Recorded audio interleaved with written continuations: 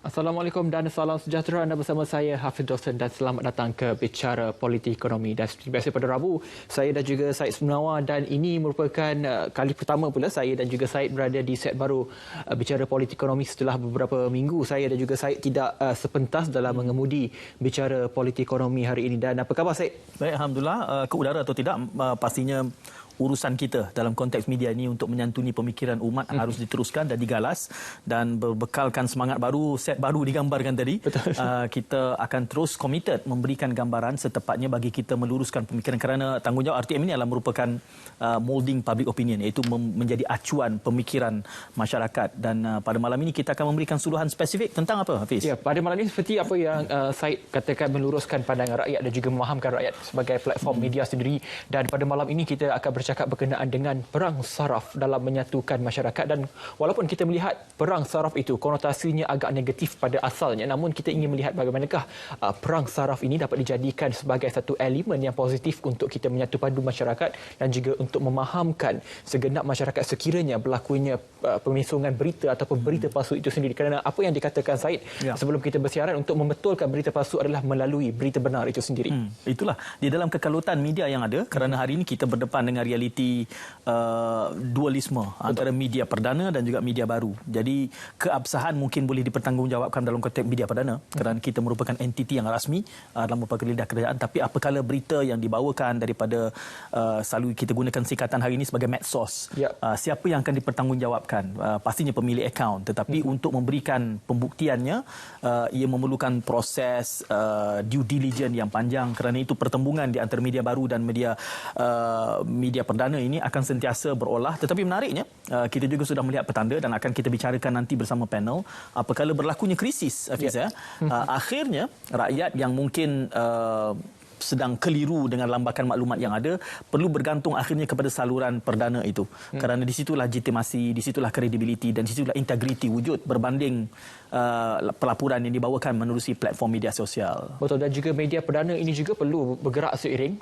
selari dengan kecanggihan dan juga teknologi yang kita ada kini dan menggunakan teknologi ataupun dalam talian ini. Maka kita melihat bahawa penggunaan teknologi ataupun media secara dalam talian ini semakin meningkat. Tak kala betul apa yang Syed katakan, dalam mana negara kita berdepan dan juga ketika kemuncak pandemik COVID-19 ini, rakyat dan juga seluruh rakyat kita sebenarnya sudah bermula tertumpu kepada media arus perdana untuk mendapatkan maklumat yang secara sah. Dan ada juga segelintir golongan yang cuba mendapatkan maklumat sebalik daripada laman media ataupun saluran rasmi ataupun saluran perdana itu sendiri.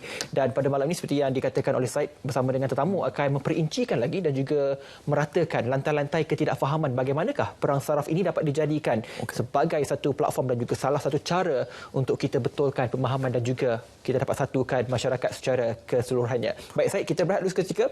Kita akan kembali selepas ini dan kita akan perkenalkan tetamunya kepada anda. Kembali selepas ini.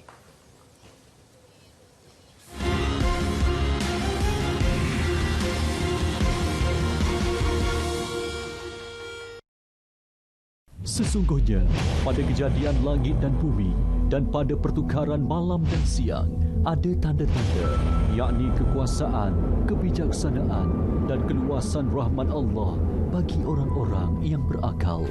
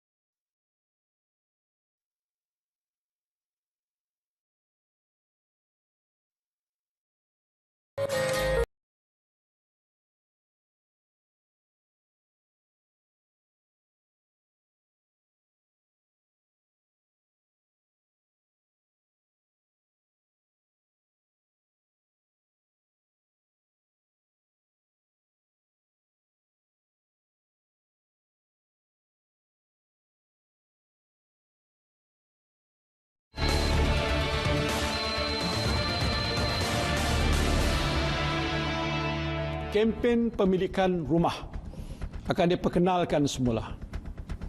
Melalui kempen ini, pengecualian duty stamp akan diberikan di atas surat cara pindah milik dan perjanjian pinjaman bagi pembelian rumah kediaman yang bernilai antara RM300,000 hinggalah RM2.5 juta. Selain itu, had pembiayaan bagi pinjaman rumah ketiga dan seterusnya bernilai RM600,000 ke atas tidak lagi tertakluk kepada 70% daripada nilai rumah semasa tempoh program kempen pemilihan rumah tertakluk kepada pengurusan risiko dalaman institusi keuangan.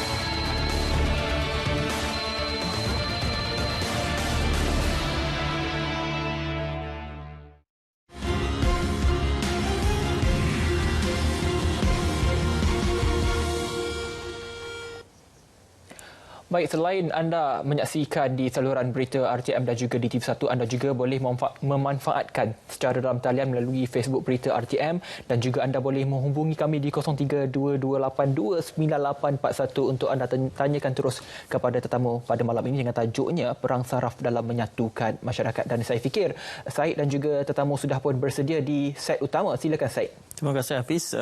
Kita menantikan pemanggil dan juga sesiapa saja yang ingin berinteraksi, tetapi menemani saya dan Hafiz di studio waktu ini adalah Dr. Nur Nirwandi Mat Nordin, pensyarah kanan Pusat Pengajian Perang Saraf Media dan Informasi UiTM. Doktor, Assalamualaikum. Waalaikumsalam. Jumpa lagi. Tengah-tengah sibuk PKP, PKPB, PKPP, tiba-tiba kita bercakap pasal perang saraf. Kita bercakap tentang saraf. Perang saraf. Tapi menarik kerana mula-mula tadi Hafiz sudah memberikan gambaran warna perbincangan ini, mengatakan perang saraf selalu saja dikaitkan dengan konotasi yang tidak semestinya positif sifatnya. Tapi sebagai orang yang mendalami bidang ini, melihat perang saraf ini, apa peri pentingnya perang saraf ini di dalam meluruskan pandangan awam? Kalau kita kaji dalam elemen perang saraf ini bukan perkara baru yang berada dalam era perbincangan masyarakat, khususnya kerana ia berteraskan dengan konsep komunikasi strategik yang berkisar tentang penyebaran, pengumpulan dan perkongsian maklumat. Tetapi apa yang menariknya, perang saraf ini dia ditunjangi oleh sesuatu elemen. Sama ada elemen itu berdasarkan sesebuah organisasi, sesebuah institusi ataupun sesebuah kerajaan yang mempunyai objektif-objektif tertentu bagi merencanakan pemikiran, arus pemikiran, kognitif dan sebagainya terhadap acuan sesebuah masyarakat. Tetapi apa yang secara generalnya atau secara amnya, apa yang ditafsirkan, kebanyakan melihat perang saraf sebagai satu elemen yang negatif. Padahal perang saraf adalah satu elemen tunjang utama yang merupakan satu nadi kekuatan bagi membina satu penyatuan, khususnya penyatuan masyarakat dalam era tentu, dalam masa-masa tentu, dalam keadaan tentu, akan memberikan masyarakat itu satu bentuk penyatuan dalam satu pemikiran. Jadi inilah antara elemen utama perang saraf yang memainkan peranan penting dalam masyarakat. Kerana apabila kita mentafsirkan perang saraf itu sebagai satu perkongsian maklumat, maka ia ada pemberi maklumat dan penerima maklumat. Tapi dinamik di antara penerima dan pemberi maklumat itu, di situlah wujudnya konten-konten ataupun penafsiran-penafsiran, kandungan-kandungan utama perang saraf. Dan perang saraf ini juga adalah satu benda ataupun perkongsian yang boleh dijana melalui pelbagai strategi, pelbagai elemen, pelbagai cara, pelbagai medium dan pelbagai konteks. Manakala dimensi-dimensi perang saraf ini merangkumi pelbagai elemen-elemen yang boleh diperbagaikan mengikut kemampuan, mengikut kemahiran ataupun mengikut satu elemen-elemen yang berpaksikan apa-apa jenis strategi, apa jenis dua cara yang boleh mendatangkan manfaat, pada asasnya mendatangkan manfaat.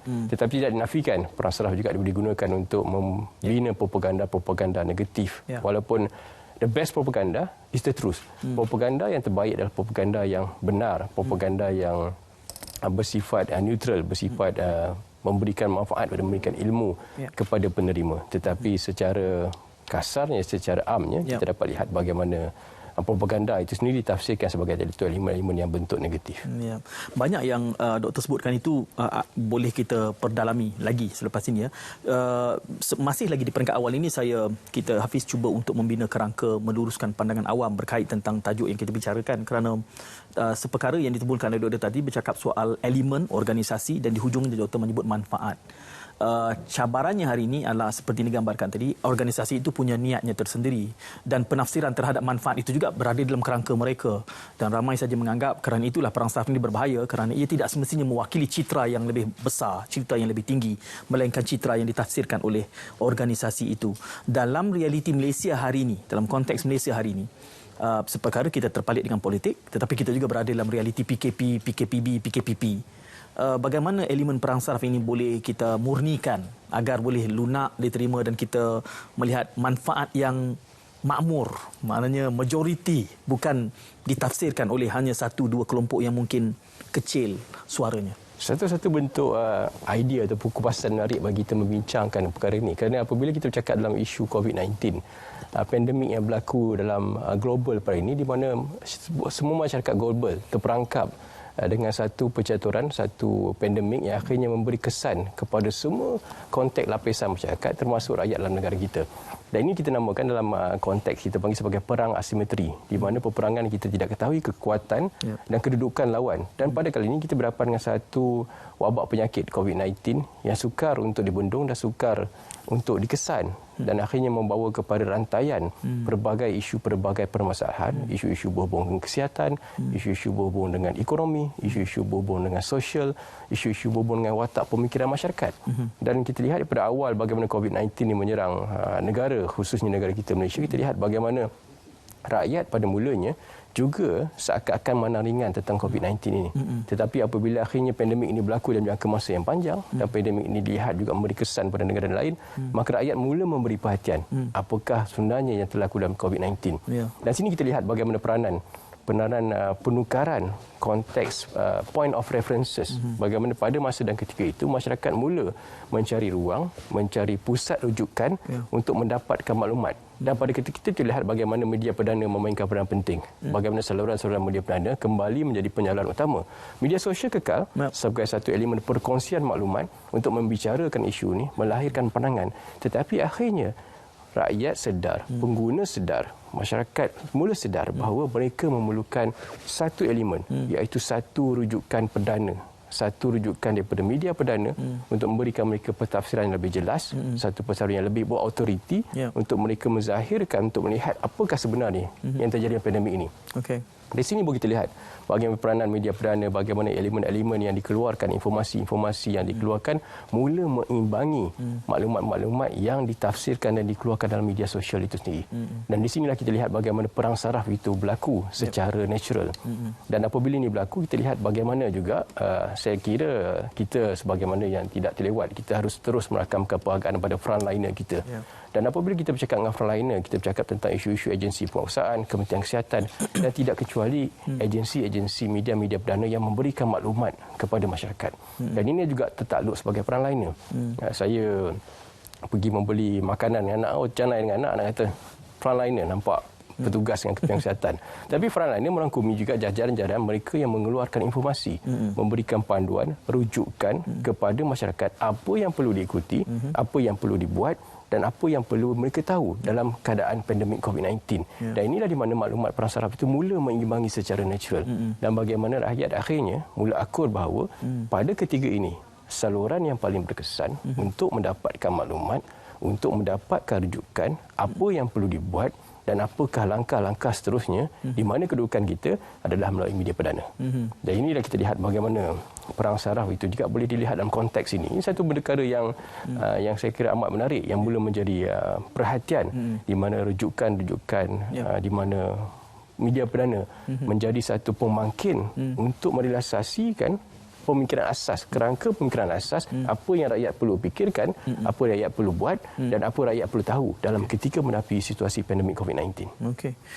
Bermula dengan menjelaskan tentang perang saraf, kepentingannya mewakili apa yang ditafsir oleh organisasi sebagai manfaat, dan saya nak kaitkan dengan apa yang doktor sebut sebagai propaganda, kerana propaganda juga akan dilaksanakan oleh the powers that be. Dan doktor menyatakan bahawa the best propaganda is to tell the truth. Namun begitu, doktor juga mengatakan bahawa realiti yang kita berdepan ini adalah merupakan suatu perang asimetri. Dan apabila sifatnya begitu, mendefinisikan benar itu, tidak ada siapa yang boleh mengatakan this is the reality that we're facing. Kerana tidak ada satu Ivy League pun yang mengatakan we know how to project the future. bererti ada saja ruang untuk sesiapa saja mencabar the definition of truth dalam kita berdepan dengan ini. Bagaimana ini boleh kita murnikan? Kerana banyak sekali, sebagai contoh, kalau dalam merujuk kembali kepada anekdot yang Dr. bawakan, pandemik ini sendiri ada sahaja teori konspirasi yang dibawakan yang tak terjawab. Seronok bila kita tengok Facebook kan, Trump kata apa, China kata apa. Jadi who is telling the truth? Bagaimana sikap kita sebagai Malaysia seperkara, sebuah negara yang sangat teradun di dalam acuan ekonomi yang ada, tetapi juga sebagai rakyat yang fabrik sosialnya pelbagai bangsa. Kerana kita sudah ada pilihan kan, nak memilih. Apa nasihat doktor dalam konteks ini? Saya amat berterima kasih dan sebenarnya memuji peranan yang dimainkan oleh masyarakat Malaysia dalam negara kita. Kerana hasil daripada dapatan pemerhatian daripada media sosial dan percakapan apa yang berlaku tutur dalam media sosial, dilihat bahawa rakyat mula menunjukkan satu elemen penyatuan dalam apabila berlaku krisis di sebuah negara, termasuk dalam negara kita dalam Malaysia. Jadi apabila berlaku COVID-19, pada akhirnya penyatuan itu mula terbentuk. Dari keyakinan dalam penyatuan ini memberikan satu bentuk inspirasi, kebersamaan yang wujud di kalangan masyarakat tanpa disedari. Kalau kita lihat bagaimana pengkongsian, tidak nafikan ada pengkongsian negatif. Bagaimana kita lihat pengkongsian, bagaimana masyarakat menolong sesama sendiri, golongan-golongan tertentu mula berinteraksi dan akhirnya memberikan satu bentuk inspirasi, permunian dalam kognitif positif, di mana perkongsian-pengkongsian maklumat ini membawa satu bentuk kepada satu value yang dikongsi secara bersama dan akhirnya membawa jajaran positif pada pemikiran masyarakat. Dan ini diperhalusi dengan tindakan-tindakan sokongan yang telah dilakukan oleh pihak kerajaan khususnya. Kita tidak nafikan dalam isu kita bincangkan tentang COVID-19, ia melibatkan segmentasi politik dalam semua negara yang terlibat dalam COVID-19. Hampir semua negara dalam dunia. Ia termasuk di negara besar, di negara membaju, di negara membangun dan semua negara. Di mana setiap negara mempersoalkan kewibawaan pemimpin, kewibawaan sesebuah negara, pentadbiran kerajaan menangani permasalahan itu. Ia berlaku di US, ia berlaku di China, ia berlaku di India dan berlaku di seluruh negara. Tetapi dalam konteks Malaysia, bagaimana formula-formula kolektif yang dibangunkan secara induktif, di mana inovasi-inovasi yang berlaku secara kualitatif, inovasi-inovasi yang dibangunkan oleh Kementerian Kesihatan, inovasi dengan agensi penguatkuasaan di bawah Majlis Keselamatan Negara telah membuahkan hasil. Kita lihat salah satu benda yang dibanggakan adalah bagaimana kita menggunakan Akta 342, di mana Akta Pencegahan dan Kawalan Penyakit ini digunakan untuk merealisasikan Movement Control Order ataupun Perintah Kawalan Pergerakan yang digunakan menggunakan akta tersebut dan akhirnya membuahkan hasil. Dan kita juga bagaimana kita dipuji dengan elemen-elemen kontak tracing kita, pengesanan kontrak rapat, kontrak sosial yang berlaku dan akhirnya membuahkan hasil yang amat menarik dan memberikan satu proses di mana kita berjaya mengekang dan sebenarnya kita berjaya diiktiraf antara 5 negara terbaik yang berjaya mengawal COVID-19. Di mana ini berlaku? Ini berlaku dengan inovasi, perencanaan idea-idea, hasil susulan daripada pemikiran-pemikiran, cara-cara bagaimana untuk mengatasi permasalahan ini secara induktif dan idea-idea kualitatif ini disempurnakan dengan struktur-struktur yang amat berkesan. Dan akhirnya ia disatukan dengan pemikiran rakyat yang menyokong ke arah ini. Rakyat apabila berada dalam krisis, akhirnya pusat rujukan adalah media perdana. Dan apabila dah berlaku dalam krisis, permulaannya akan berlaku kegusaran, tapi di peringkat krisis itu semakin muncak, mereka memerlukan satu elemen berautoritatif. Satu elemen autoritatif untuk membimbing, untuk mengawal dan memberikan jaminan mereka berada di landasan sempurna. Dalam konteks kita, Malaysia berjaya. Jadi inilah saya rasa satu benda yang perlu kita banggakan sebagai rakyat Malaysia yang kita perlu terus bawa.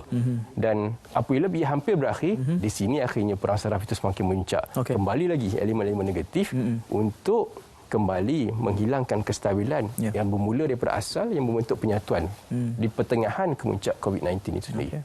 Ada banyak perbandingan yang boleh kita buat, Hafiz, dan pengalaman serantau. Betul, dalam ilmu sains politik yang saya pelajari ketika zaman universiti dulu, saya melihat kepada perang saraf ini sebenarnya wujud sejak daripada politik kuno lagi dan sehingga kini, dan juga bentuk perang saraf itu setiap tahun dan juga setiap dekad itu berbeza. Dan saya juga kaitkan dengan apa yang dinyatakan di Facebook, Doktor. Doktor juga sebagai pensyarah kanan Pusat Pengajian Perang Saraf Media dan Informasi di UiTM. Ada soalan mengatakan bahawa rakyat Malaysia ini bijak dan juga boleh mengenal pasti bagaimana bagaimanakah perang saraf itu, sama ada ia baik ataupun mereka itu melihat dalam konteks yang sebaliknya. Dan dalam aspek ini, dia mengatakan bahawa kita tak boleh menyalahkan rakyat. Namun dalam istilah ini, kita kalau bukan kita menggunakan istilah mendidik rakyat untuk memahami perang saraf itu, atau adakah mungkin istilah lain yang lebih tepat untuk kita maklumkan bahawa perang saraf ini bagaimanakah mereka perlu memahaminya secara keseluruhan? Satu pelontaran yang baik daripada pengguna media sosial kita. Apabila kita bercakap tentang elemen lambakan maklumat, kita tidak boleh lari daripada satu elemen di mana kita mengatakan bahawa kita boleh merehatkan penyaluran, penyebaran maklumat. Kita berada dalam elemen yang telah data raya, big data yang telah sinonim, yang telah sampai kepada kemuncak dan telah melepaси hadnya. Dan kita juga berada dalam satu elemen kita panggil Internet of Everything, di mana algoritma perbincangan itu melangkaui jajaran pelangkauan pergaulan biasa. Jadi apabila ini berlaku, yang memberikan satu proses di mana percambahan maklumat itu berlaku secara lambakan informasi yang tidak dapat dikawal. Dan sinergi ini, dynamics ini dalam proses ini memberikan banyak perbandingan ketidaksamaan konteks pemikiran dalam elemen-elemen berbeza. Budaya, hobi, ataupun elemen-elemen berkaitan dengan politik, elemen-elemen berkaitan dengan perbandingan cara hidup dan gaya sebenarnya. Tetapi apabila ia pergi pada krisis, apabila pergi pada perkara-perkara yang melibatkan survival, ia akan beri kepada kembali asas, iaitu bagaimana untuk mengatasi permasalahan ini secara bersama. Jadi dalam konteks ini, saya rasa kita tidak mempunyai masalah untuk kita terus meneruskan interaksi dalam lembakan media sosial, berinteraksi. Tetapi tema utamanya, ia harus bergerak secara kognitif value yang positif. Kerana lambakan maklumat ini sekiranya ia berlaku dengan lambakan kognitif negatif, perkongsian maklumat yang berkisarkan dengan keterujaan melampau, ia akan memberikan satu dimensi pergaulan yang bersifat negatif dalam satu konteks media, contohnya media sosial. Dan ia memberikan satu lambakan. Jadi ia akan memberikan satu bentuk emosi, satu bentuk perangsangan, pemikiran secara negatif. Dan ini adalah berbahaya untuk kestabilan dalam masyarakat, khususnya masyarakat berbilang kaum, masyarakat berbilang agama dalam negara kita. Tetapi kita bernasib baik, hikmah di sebalik COVID-19 ini, penyatuan itu kembali meratakan atau menyatukan ketidaksamaan yang berlaku dalam media sosial yang berlaku secara dinamik sebelum era COVID-19 dan semasa COVID-19 itu sendiri berlaku. Okey, di situ saja kita ingin membuktikan perinciannya daripada kacamata doktor sebagai orang yang mengamati elemen perang saraf komunikasi ini. Namun kita akan berjeda terlebih dahulu 0322829841. Kita mula buka. Minta izin dengan tuan telefon. Kita boleh. 0322829841 panggilan yang kami telah perbuka untuk anda tanyakan terus kepada tetamu kita pada malam ini. Namun kita rehat dulu seketika, kembali selepas ini.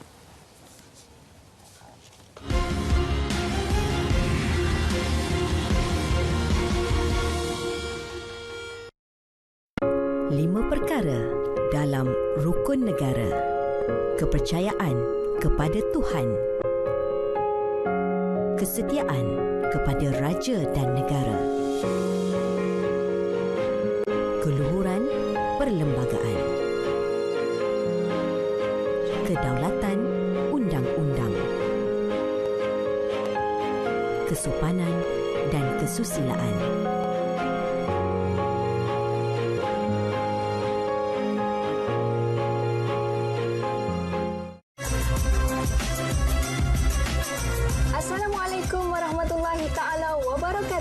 Jangan lupa saksikan siaran langsung Tilawah Interaktif hari Khamis 9 Julai 2020 jam 6 petang di TV1.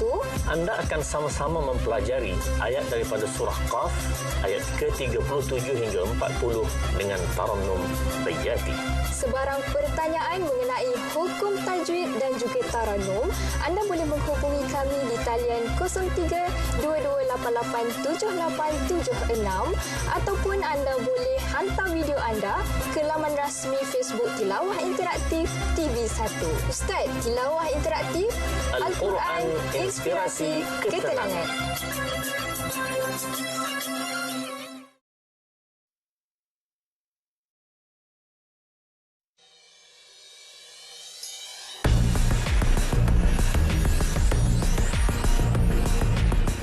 Kami ada di seluruh negara.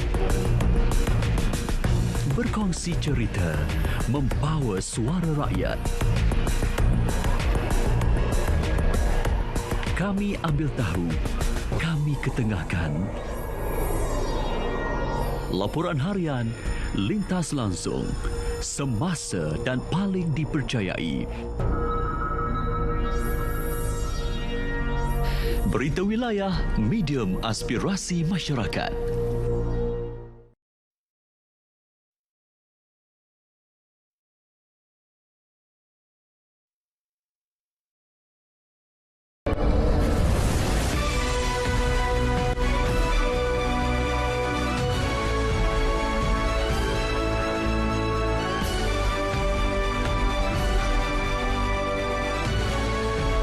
Memberdaya nilai intelektual, mentadabbur nilai rahmat. Refleksi diri, sucikan jiwa di lembah ilmu Taman Syurga. Menyemai akhlak luhur, membina masyarakat sejahtera. Forum Perdana, rahmat untuk semua.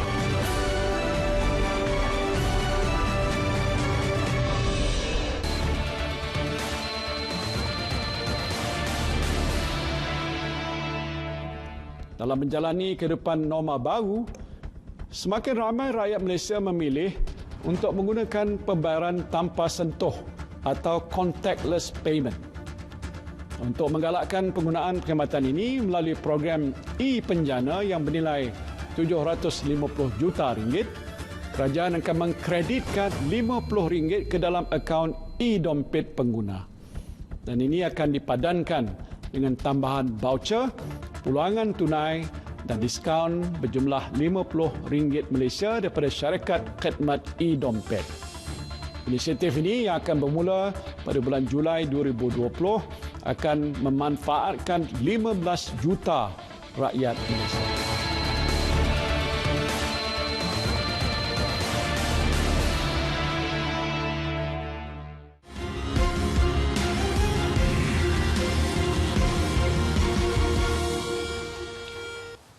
Baik, bertemu kembali dalam bicara politik ekonomi 0322829841 panggilan dan juga talian kami telah buka untuk anda dan kami masih lagi bersama dengan Dr. Nur Niwandi Mat Nordin, Pensyarah Kanan Pusat Pengajian Perang Saraf Media dan Informasi UiTM. Baik doktor, soalan seterusnya saya melihat kalau julat umumnya media konvensional yang dikatakan didominasi oleh golongan yang lebih berusia dan juga media baharu kini seperti yang semua dapat lihat di hadapan saya penuh dengan peranti-peranti yang khususnya didominasi oleh orang muda. Namun dalam konteks perang saraf ini kita melihat adakah benar julat umur itu perang saraf ini atau penggunaan media baru ini didominasi oleh orang muda ataupun masih ada lagi kelompok-kelompok tertentu yang mungkin doktor perlu penjelaskan bagi pemahaman semua?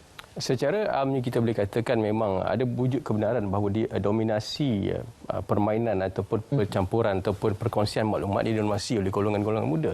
Tetapi setelah kita mencapai satu elemen di mana penetrasi internet atau jajaran internet itu telah berlaku dengan secara rawak khususnya di kawasan-kawasan di semenanjung Malaysia dan kemungkinan juga ia berlaku secara rawak dari Sabah Sarawak. Ia telah memberikan satu jangkauan di mana didominasi ataupun umur itu tidak lagi memainkan peranan utama dalam perkongsian dalam media sosial. Kita lihat bagaimana golongan-golongan warga-warga yang juga berumur juga mempunyai Facebook, mempunyai WhatsApp. Jadi ia tidak timbul satu isu.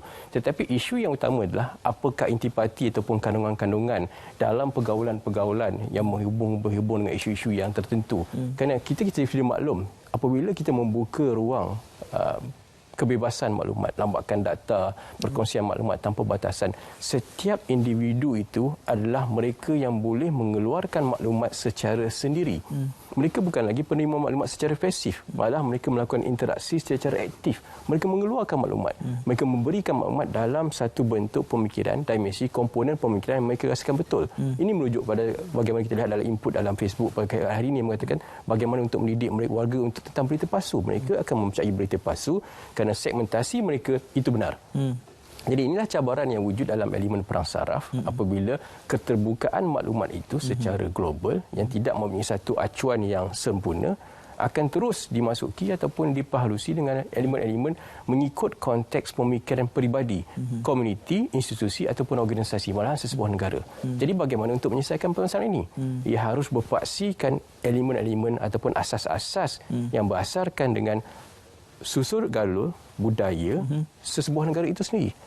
Khususnya paling mudah Federal Constitution, Perlembagaan Persekutuan dan Rukun Negara. itu harus diterjemahkan untuk memahami bagaimana ia boleh membentuk satu peradaban dalam media sosial agar masyarakat sedar bahawa itu perkara yang perlu dipahami. Saya bagi satu contoh yang amat mudah. Kita bercakap tentang isu hak asasi, human right, kesamarataan. Definisi kesamarataan dalam konteks global tidak boleh disamakan dengan definisi kesamarataan dalam konteks negara kita. Definisi kebebasan media di dalam negara tidak sama dengan definisi kebebasan media dalam negara kita.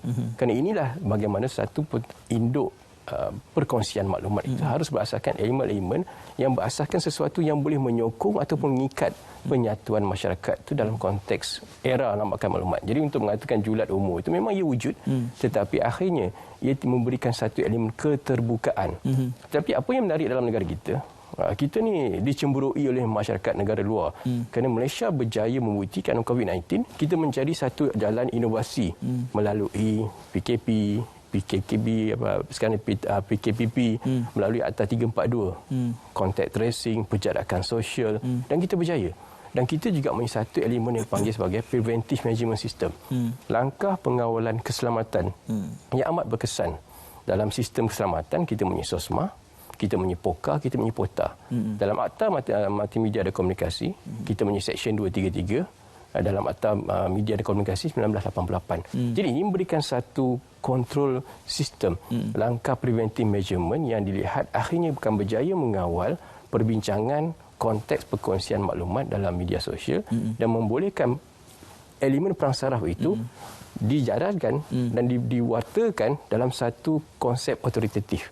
Di mana perang saraf itu berlaku, elemen masyarakat terus memberikan peranan, masyarakat terus memberikan maklumat dan input. Tetapi langkah pengawalan itu yang mengawal perkara ini daripada tidak dan berlanjutan hingga menimbulkan krisis di dalam negara kita. Banyak jawapan doktor itu menimbulkan soalan susulan yang menarik dan mungkin tak tahulah penerbit tak akan izinkan kita menyambung lagi 1 jam sebenarnya. Tapi apabila doktor mula menyebut soal perbandingan, ya, gambarannya adalah bagaimana kita menangani pemikiran sama ada menggunakan pendekatan perang saraf itu harus customize, harus disesuaikan dengan budaya dan fabrik sosial yang ada. Tapi mari kita lakukan itu sekarang. Kita bandingkan dua kuasa besar, Amerika dan China. Kedua-duanya berdepan dengan realiti COVID, tetapi kedua-duanya mempunyai nilai budaya, social capital yang tidak sama. Keterbukaan hak asasi yang dilaung-laungkan di Amerika itu memberikan kuasa untuk rakyat memilih untuk tidak mematuhi SOP ataupun MCO misalnya, kerana keterbukaan yang ada. Dan kelihatannya Perdana Menteri mereka yang narsisistik itu memanfaatkan kebodohan, kalau kita boleh menyebutkan begitu, untuk kempen Presiden menjelang November tahun ini berbanding China yang kelihatannya lebih keras, lebih tegas, mempunyai nilai yang berbeza dengan Amerika, namun mereka lebih berjaya. Jadi tadi isunya adalah nilai global, tetapi kita lihat dua ini saja berbeza. Mari kita lihat serantau pula, Malaysia dan Indonesia. Sama ada ia wajar atau tidak, doktor boleh menyatakan pandangan doktor. Malaysia yang dianggap antara 5 yang paling berjaya, nilainya tidak banyak berbeza dengan Indonesia. Namun keterbukaan media di sana lebih bebas. Tetapi kebebasan itu pula memberikan tekanan yang berbeza kerana bagaimana kita boleh memahami ini. Awalnya di peringkat 2 kuasa ekonomi dunia, bertindak balas dengan cara yang berbeza, nilai yang berbeza, nilai media yang berbeza.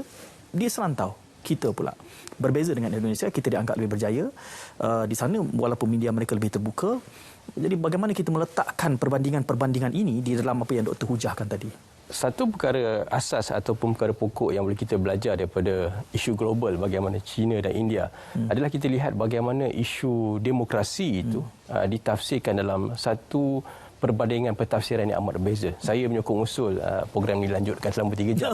Banyak lagi. Tetapi apa yang boleh kita rumuskan, yang boleh diperkatakan dalam konteks ini, kita lihat bagaimana akhirnya isu kebebasan bersuara itu sendiri akhirnya memberikan salah satu kebebasan suara dan hak asasi manusia itu merupakan perangkap apabila sesebuah negara itu berlaku dalam satu krisis kemanusiaan yang besar, khususnya COVID-19. Apa yang berlaku dalam negara kita adalah bagaimana inovasi-inovasi agensi-agensi kerajaan, pemikir-pemikir khususnya Majlis Kesihatan Negara, Kementerian Kesihatan, Frontliner, PDRM dan sebagainya agensi kekuasaan, kita harus memberikan tabik hormat pada mereka kerana inovasi mereka berjaya untuk merangka satu bentuk perundangan yang diletakkan dalam satu struktur yang beroperasi secara sempurna. So conceptualization ataupun konseptualisasi yang digunakan melalui peruntukan undang-undang distrukturkan dan diberikan dalam satu bentuk pengoperasian yang cukup sempurna. Dan ia berjaya. Dan apabila kita cakap dalam konteks media, kita punya akta-akta pengawalan yang cukup berkesan. Kita punya akta-akta hasutan, kita punya akta pencetakan dan penerbitan, kita punya akta komunikasi dan multimedia 1998, kita punya akta-akta yang tertentu yang bersifat mengawal silia supaya perbincangan COVID-19 ini dapat diselaraskan dan rakyat mempunyai hak untuk terus bersuara seperti kita punya hak kebebasan suara dalam Peluang Kesekutuan 10.1, tapi ia harus dibaca dengan tafsiran kebebasan dan tanggungjawab untuk bersuara. Limitasi-limitasi yang wujud 10.2, 10.3, 10.4. Dan ini memberikan satu bentuk pakej yang amat sempurna negara Malaysia. Sebab itu saya kata negara Malaysia terus dicemburui. Kerana apabila berlaku di luar negara, kebebasan hak asasi sepenuhnya merupakan satu perangkap di mana rakyat boleh memberikan pandangan mereka, rakyat boleh mencabar undang-undang, dan kita lihat bagaimana kes-kes di negara jiran, ada yang membawa balik jenazah dan sebagainya, ada yang tidak menghiraukan penjarakan sosial, ada yang tidak mengikuti norma-norma baru, kerana mereka merasakan mereka boleh mencabar kedaulatan undang-undang atas dasar hak asasi. Atas dasar keterbukaan undang. Preventive measurement, langkah pengawalan keselamatan adalah Malaysia antara negara-negara yang mempunyai perkara-perkara seperti itu. Jadi balik-balik pada isu China dan US, kita lihat bagaimana akhirnya apabila berlaku krisis pandemik kemanusiaan seperti COVID-19, maka rujukan asas adalah media perdana. Untuk memastikan pengawalan keselamatan itu berlaku, ia harus bersifat otoritatif. Kerana ia memberikan satu jaminan ada satu bentuk perkara asas yang boleh diikuti oleh rakyat, yang boleh dituruti oleh rakyat dengan mudah, dengan sempurna dan membuahkan hasil. Dan hasilnya kita berjaya meratakan graf penularan COVID-19 dengan amat berjaya. Ya, Doktor, saya bawakan dua kes rujukan untuk kita berbincang pada malam ini dalam konteks perang saraf dan penyatuan masyarakat. Satu kes yang sedang, sejauh mana kita boleh butirkan, mungkin budi bicara Doktor lah, Al Jazeera yang merujuk kepada tuduhan bahawa kerajaan kita menganiaya, mistreatment kepada warga asing dalam konteks pengkawalan penularan COVID-19. Dan begitu juga ada sebelum itu tular satu video yang menganggap bahawa Malaysia mempunyai sentuhan magis di dalam menangani COVID, kemudian telah pun dihalang oleh Facebook kerana mengatakan bahawa ianya adalah satu yang misleading. Ya, dan apabila polemik ini panjang, saya melihat ada pandangan yang menarik untuk saya ungkit di sini. Sebagai contoh, Yang Berhormat Kanga menyatakan untuk kita memerangi, Hafiz telah memetiknya di awal tadi, untuk kita memerangi berita palsu adalah dengan membawakan berita benar. Tetapi hujah yang dibawakan Al Jazeera misalnya, mengapa mereka memetik pandangan warga Bangladesh itu adalah kerana mereka tidak dibenarkan untuk mendapat akses kepada first hand information. Bererti ada polemiknya di sini, ada timbal balasnya. Sebagai pakar perang saraf, bagaimana harus kita murnikan pandangan rakyat kita bila melihat kedua-dua insiden ini? Dalam konteks ini saya memuji masyarakat Malaysia. Kerana kita berjaya membuktikan pada masyarakat dunia dalam isu kita menghadapi krisis, dalam isu kemanusiaan COVID-19, kebersamaan kita wujud dalam satu elemen penyatuan yang amat tinggi.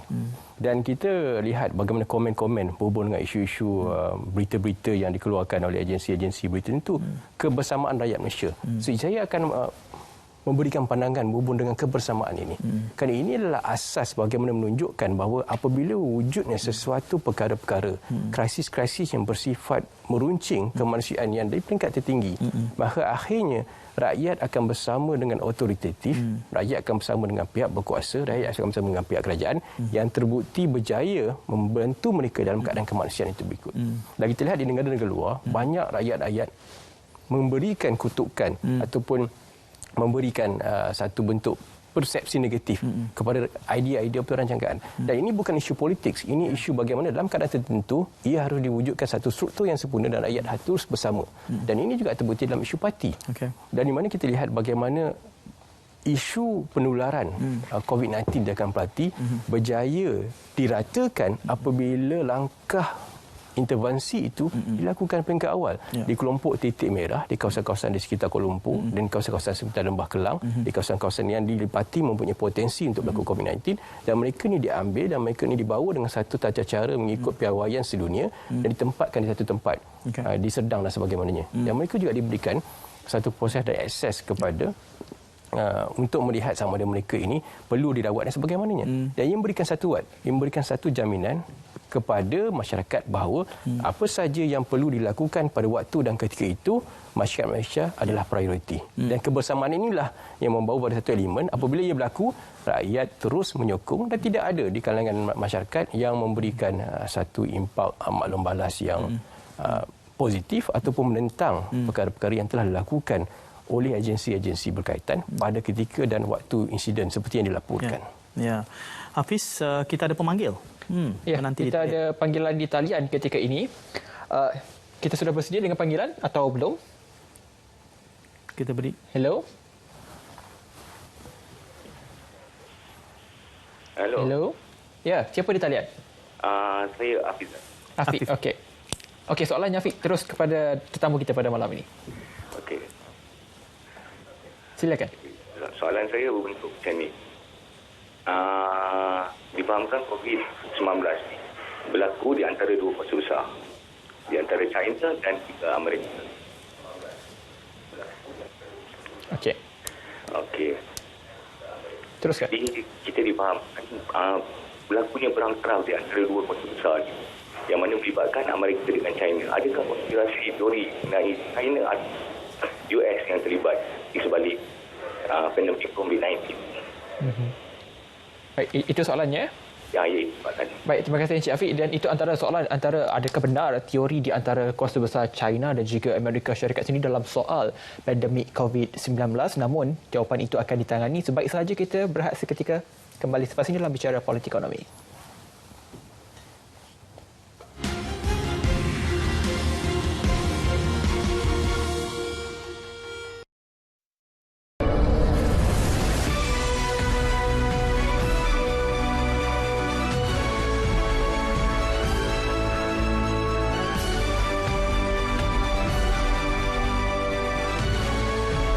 Memberdaya nilai intelektual, mentadabbur nilai rahmat. Refleksi diri, sucikan jiwa di lembah ilmu Taman Syurga. Menyemai akhlak luhur, membina masyarakat sejahtera. Forum Perdana, rahmat untuk semua.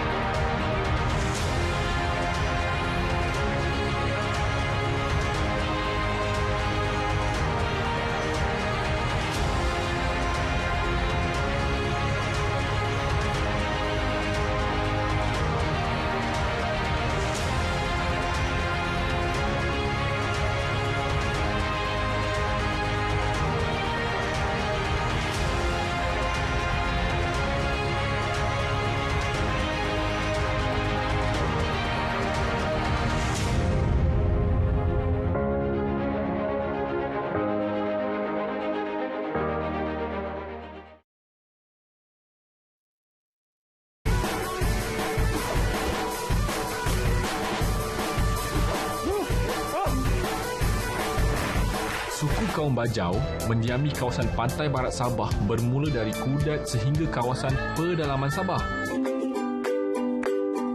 Sementara menunggu hasil tangkapan, kami semua akan memanaskan badan di sini.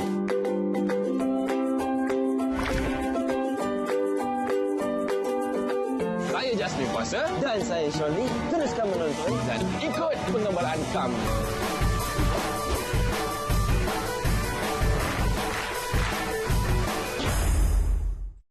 Dengan sistem aplikasi MES 999, bantuan kecemasan kini lebih mudah.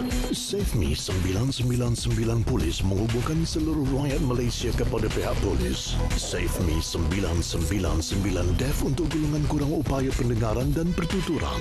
Dan SafeMe 999 Blind untuk golongan kurang upaya penglihatan.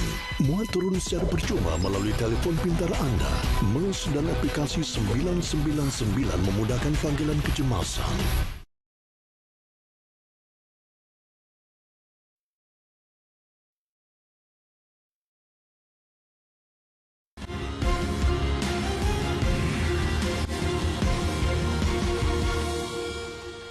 Baik, bertemu kembali dalam Bicara Politik Ekonomi. Terus persoalan daripada Encik Afiq di panggilan telefon sebentar tadi berkenaan dengan propaganda dan juga teori mengatakan bahawa negara besar China dan juga Amerika itu mempunyai konspirasi ataupun teori-teori tertentu berkaitan dengan pandemik COVID-19.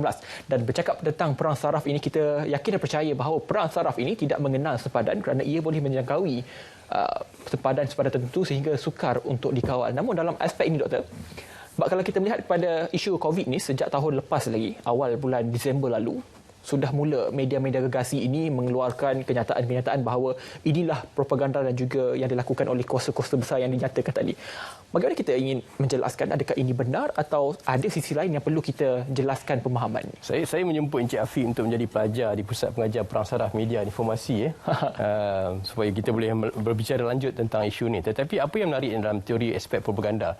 Perang saraf ni adalah satu elemen yang wujud dalam semua negara, dalam semua organisasi-organisasi, khususnya organisasi-organisasi yang berhubung dengan perisikan dan komunikasi strategik. Jadi apabila wujudnya satu elemen perang saraf, maka mereka mempunyai agenda dan objektif tersendiri untuk mengekalkan keseimbangan ataupun penguasaan, dinominasi ataupun dominasi dalam bentuk pengumpulan penyebaran maklumat untuk menetapkan negara mereka sebagai kuasa besar sama ada sama rata, setinggi ataupun melebihi had kuasa-kuasa tertentu. So dalam konteks ini sudah tentulah wujud satu permainan media di peringkat global di mana permainan ini akan menentukan bagaimana superpower ni, kuasa-kuasa besar ni memastikan imej mereka, terutama imej-imej berhubung dengan dasar-dasar luar negara ataupun foreign policy keselamatan berada di tahap yang berbeza di kalangan negara-negara tertentu. Dan sudah tentunya akan wujud dengan elemen-elemen propaganda-propaganda yang tidak dapat dibuktikan melainkan apabila sejarah itu telah membuktikan benda itu wujud. Kerana ini hanya boleh dibuktikan dengan sejarah. Kerana apabila sebuah negara mempunyai satu teknologi yang hampir sempurna, hampir sekata, maka penipuan maklumat itu tidak mungkin akan berlaku. Permasalahannya wujud apabila tidak berlaku keseimbangan dari segi teknologi, keseimbangan dari segi kemampuan sesebuah negara dalam konteks beza. Jadi apa yang perlu kita buat dalam masyarakat Malaysia, kita harus mentafsirkan perkara itu dalam konteks negara kita, apa yang akan memberi manfaat dalam konteks rakyat Malaysia, khususnya dalam konteks perpaduan, dalam konteks keselamatan, dalam konteks keseimbangan yang perlu kita pelihara. Kerana apabila kita memfokuskan pada propaganda, ia adalah satu elemen yang tidak punya objektif dan penghujung, tetapi kita boleh ambil tahu, kita boleh terus merencana dan mengampun maklumat, tetapi pada bandingan itu harus dilakukan, konklusinya harus merujuk kepada apakah interest benefit yang boleh, kepentingan yang boleh digunakan oleh kita sebagai rakyat Malaysia dalam krisis COVID-19 pada hari ini. Apabila timbul persoalan ini dijawab sedemikian oleh Dr. Nur Nirwandi, saya kaitkan dengan persoalan di Facebook Daud Mansur. Ya, Daud Mansur mengatakan bahawa rakyat jarang keliru kerana ramai saja yang pandai, ramai yang terdidik, dan mereka yang sukakan berita palsu akan kekal menelan berita palsu, dan mereka yang suka kebenaran maka akan mencari kebenaran. Saya kaitkan pandangan Dr. Daud Mansur ini, apa yang doktor sebutkan dengan contoh tadi, tetapi kali ini kita zoom kepada realiti di Amerika Syarikat. Ya. Kerana kita bercakap soal perang saraf, kita lihat pada waktu ini Presiden Amerika kelihatannya terkial-kial. Tapi ada sahaja kumpulan yang far right ini sentiasa mengatakan apa sahaja yang disebut oleh Presiden Amerika itulah kebenaran. Walhal beliau berdepan dengan asakan yang menggila daripada CNN. Fox yang dahulunya pun kelihatan memihak pada beliau, apabila beliau sudah terlalu ke kanan, akhirnya Fox juga membuat kenyataan-kenyataan yang menyanggah presiden yang dahulunya mereka sokong. Dan namun begitu, populariti Trump sebagai contoh tidak juga jatuh dengan begitu teruk sekali, melainkan hanya pada minggu lalu. Walhal siri-siri penipuannya bermula sejak November lagi berkait tentang COVID-19, dan mereka mengagung-agungkan tentang keterbukaan hak asasi. Dalam konteks Malaysia, kalau realitinya sedemikian, pendefinisian kebenaran itu, maksud saya adalah mereka yang menganggap A mengatakan benar, menolak apa sahaja yang dikatakan oleh B. Ini juga elemen perang saraf. Kerana apabila sikap itu awal-awal lagi sudah mengatakan apa sahaja datang daripada B pastilah palsu, maka definisi benar atau palsu itu sangat subjektif, bergantung kepada kerangka pilihan yang sudah dibuat sebelum daripada menilai secara kognitif elemen-elemen positif yang doktor katakan tadi. Bagaimana kita... Jadi apa yang perlu kita lakukan? Apakah solusi pada masalahan berita palsu, berita tidak benar, konteks pemikiran masyarakat yang terlampau dinamik, terlampau berbeza? Kita harus balik pada asas penyatuan kita. Asas penyatuan kita adalah kembali kepada perlembagaan persekutuan dan prinsip dukung negara. Dan apa-apa yang ditafsirkan melalui perlembagaan persekutuan dan prinsip dukung negara harus dijadikan asas untuk membentuk penyatuan. Kerana ini adalah salah satu bentuk unjuran yang perlu kita ikuti daripada hari pertama, bagaimana kita berkomunikasi, bagaimana kita merangka undang-undang, bagaimana kita merangka penyatuan. Dan ini perlu diwujudkan agensi-agensi berkaitan, peranan-peranan masyarakat, peranan-peranan rakyat untuk terus menterjemahkan perlembagaan persekutuan, pentafsiran hak samrata melalui perlembagaan persekutuan, pentafsiran penyatuan melalui perlembagaan persekutuan didukung oleh dukung negara dalam kehidupan mereka. Sekiranya ini berlaku dan ini dimurnikan dengan penerapan dan pemahaman kognitif positif yang terus dimurnikan oleh rakyat Malaysia, penyatuan ditunjukkan bagaimana kita menentang berita-berita palsu, berita-berita tidak benar yang menghentam frontliner, yang mengutuk frontliner kita. Penyatuan kita dapat lihat meningkat secara drastik apabila krisis kemanusiaan ini berlaku dalam COVID-19, khususnya apabila kita terus didesak oleh elemen-elemen yang negatif berhubung dengan apa tindakan telah dilakukan. Jadi dalam konteks ini kita harus balik pada penyatuan dan kita harus memastikan kognitif positif ini berlaku dalam dimensi jajaran yang lebih meluas. Kita harus pastikan peruntukan, permunian sokongan itu hanya diberi kepada mereka yang mengikut paksi yang telah termaktub dalam perlembagaan persekutuan dan prinsip dukung negara. Dan sekiranya ini berlaku, saya rasa saya memberi jaminan pada rakyat Malaysia. Kini kita kembali kepada asas penyatuan ini, kita dapat lihat bahawa kita berjaya. Kita berjaya mewujudkan satu inovasi, satu bentuk penyatuan, satu bentuk cara untuk meratakan graf. Syabas dan tahniah kepada frontliner kita dan termasuk pihak media perdana sendiri. Dan kita juga mampu untuk kembali mewujudkan elemen penyatuan melalui satu gerak saraf yang berlaku secara natural, secara tidak langsung. Dan ini juga adalah satu elemen di mana apabila konteks kesukarelawan itu berlaku, citizen journalist contohnya, konsep perisikan awam itu berlaku, konsep keterbukaan itu berlaku secara natural, maka elemen perang saraf itu sendiri akan berlaku secara semajadi. Dan agensi-agensi berkaitan hanya perlu memurnikan dengan memastikan supaya tindakan sokongan itu berdasarkan perlembagaan persekutuan dan prinsip dukung negara itu sendiri. Ya, baik, dalam isu penyatuan ini juga, Doktor, kalau kita melihat apa yang dinyatakan oleh Said berkenaan dengan kenyataan yang dikeluarkan oleh Al Jazeera, dan sebelum itu saya juga ingin memetik berkenaan dengan apa yang Indonesia mengatakan bahawa Indonesia terserah. Kita melihat kepada barisan hadapan mereka sudah pun seolah-olah give up terhadap rakyatnya yang mungkin tidak memberi kerjasama. Dan dalam kita melihat kepada ruang media sosial, kita melihat rakyat Malaysia menggunakan tanda pagar Malaysia bersama Indonesia, dan kita melihat kesatu paduan rakyat Malaysia dan juga Indonesia dan juga banyak lagi hal-hal lain sekiranya mengecam Malaysia dan sebagainya. Kita melihat tentera cyber ini bersatu padu di media sosial. Adakah mereka ini bersatu padu di sebalik papan kekunci, tapi hakikatnya di luar mereka masih lagi bertelagah dalam hal-hal yang remeh? Jadi pandangan Doktor berkenaan perkara ini? Ini satu dapatan yang menarik. Apabila berlaku krisis tertentu, krisis kemanusiaan global, kita lihat penyatuan masyarakat global itu akan berpaksikan pada elemen-elemen yang asas. Dan elemen asas adalah bagaimana untuk memastikan kehidupan itu terus berjalan, bagaimana memastikan manusia terus sihat, bagaimana manusia berjaya menewaskan COVID-19 dan bagaimana dapat hidup terus selamat dalam era COVID-19. Dan bentuk penyatuan inilah yang telah menghilangkan dimensi-dimensi berhubung dengan warna kulit, berhubung dengan dari mana kita berada, negara kita berada. Kerana bentuk penyatuan yang satu bentuk bantuan yang amat dinamik, yang hanya wujud apabila berlaku krisis kemanusiaan dalam satu elemen yang memuncak, di mana masyarakat menghilangkan segala bentuk definisi identiti mereka secara individu dan mula bergerak secara kolektif. Dan pemikiran kolektif inilah harus terus diwujudkan dengan elemen-elemen sokongan perang saraf yang terus dijalankan apabila COVID-19 ini berakhir.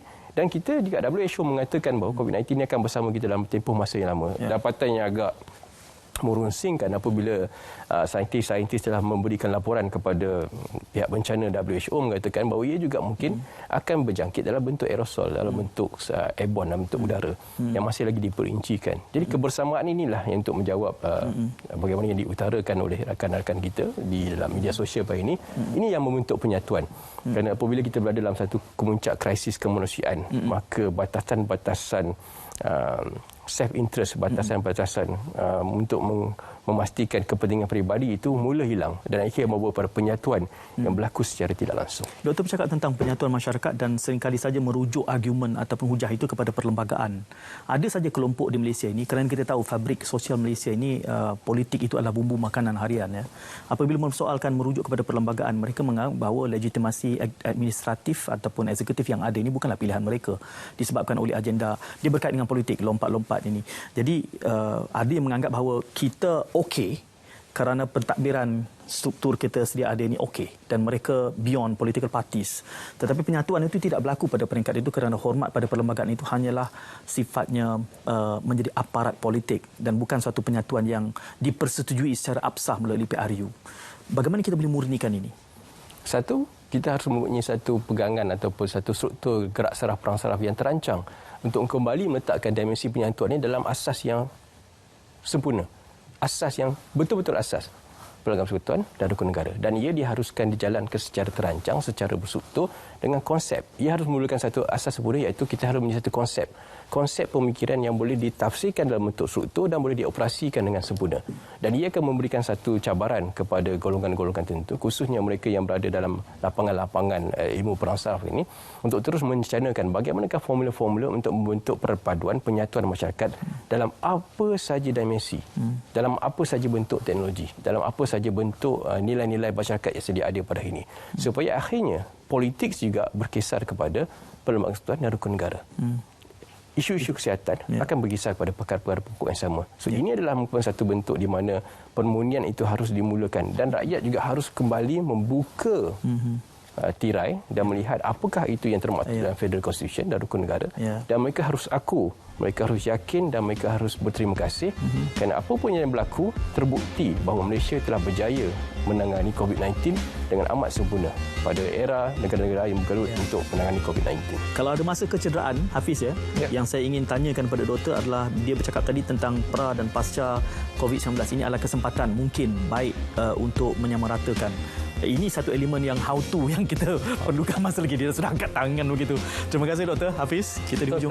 Saya rasa inilah satu perbincangan yang penting untuk kita fahamkan berkenaan dengan perang saraf ini sendiri dan bagaimanakah pemikiran kognitif itu penting dalam memastikan bahawa perang saraf ini dapat dicanai menjadi satu elemen yang penting dalam menyatu padukan masyarakat. Terima kasih kerana menonton Bicara Politik Ekonomi di saluran Berita RTM dan juga memanfaatkan media alam talian kami di Facebook Berita RTM. Saya Hafiz Johnson.